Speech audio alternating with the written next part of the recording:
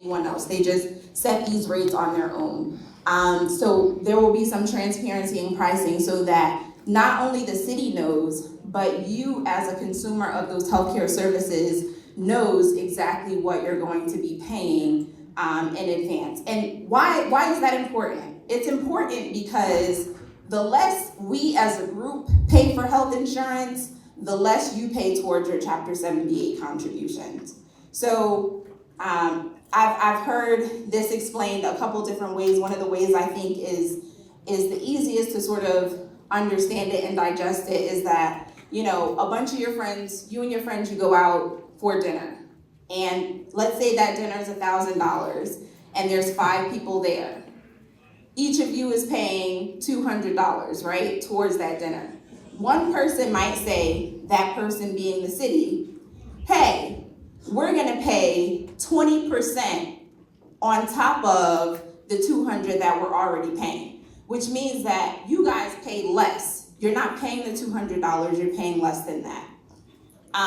So each year, what we're hoping to see is that each year, our healthcare costs, with the changes that we're trying to implement, are going to lower and lower each year so that your Chapter 78 contributions in return lower and lower. Because we do want to see you realize and be able to take home to your families more and more of those increases that are negotiated in your contracts. We want you to, we understand that the cost of living goes up every year. We understand that inflation increases every year. We want to make sure that you're realizing and being able to take home to your families as much as of that money as possible. And right now it's hard to manage that with healthcare rising, you know, way above and beyond what the cost of living is or inflation is currently. So I have a presentation that I'm going to go through that is going to sort of detail the options that we have for you. I want to, you know, make it a point that those options are in addition to what we currently have. So right now, everyone knows that we have the Meritain product through Aetna, which utilizes the Aetna network.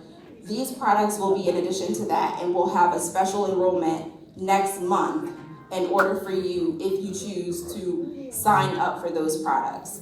I'm going to talk about it a little bit in the presentation, but I do want to note one thing.